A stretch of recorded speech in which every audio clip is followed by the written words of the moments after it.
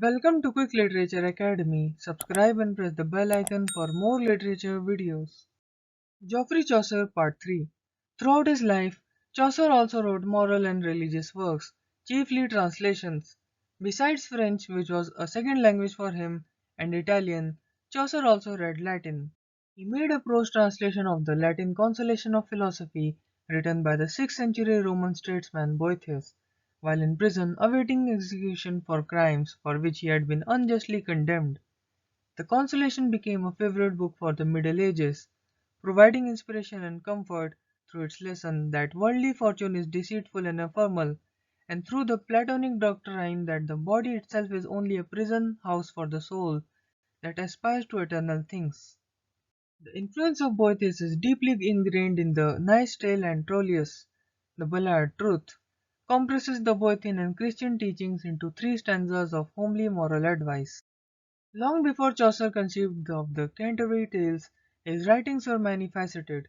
They embrace prose and poetry, human and divine love, French, Italian and Latin sources, secular and religious influences, comedy and philosophy.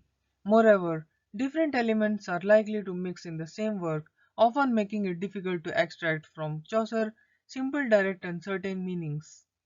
Chaucerian complexity owes much to the wide range of Chaucer's learning and his exposure to new literary currents on the continent, but perhaps also to the special social position he occupied as a member of a new class of civil servants.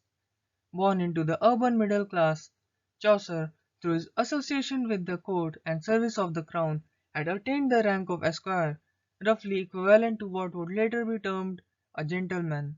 Chaucer's career brought him into contact with overlapping bourgeois and aristocratic social worlds, without his being securely anchored in either, and although he was born a commoner and continued to associate with commoners in his official life, Chaucer did not live as a commoner, and although his training and service at court, his wife's connections and probably his poetry brought him into contact with the nobility, he must always have been conscious of the fact that he did not really belong to that society of which birth alone could make one a true member.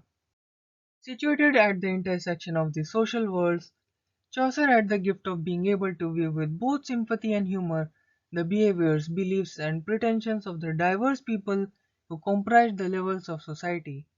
Chaucer's art of being at once involved in and detached from a given situation is peculiarly his own, but that art would have been appreciated by a small group of friends close to Chaucer's social position, men like Sir Philip de la Vache, to whom Chaucer addressed the humorous and word to the truth.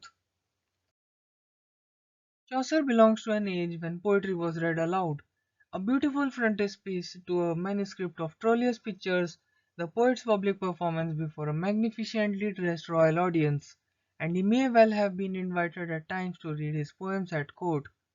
But besides addressing a listening audience, to whose allegedly superior taste and sensibility the poet often ironically differs, for example, the general prologue lines 745 to 48, Chaucer has in mind discriminating readers whom he might expect to share his sense of humor and his complex attitudes toward the company of sundry folk who make the pilgrimage to Canterbury. Thanks for watching. Stay tuned for the next part.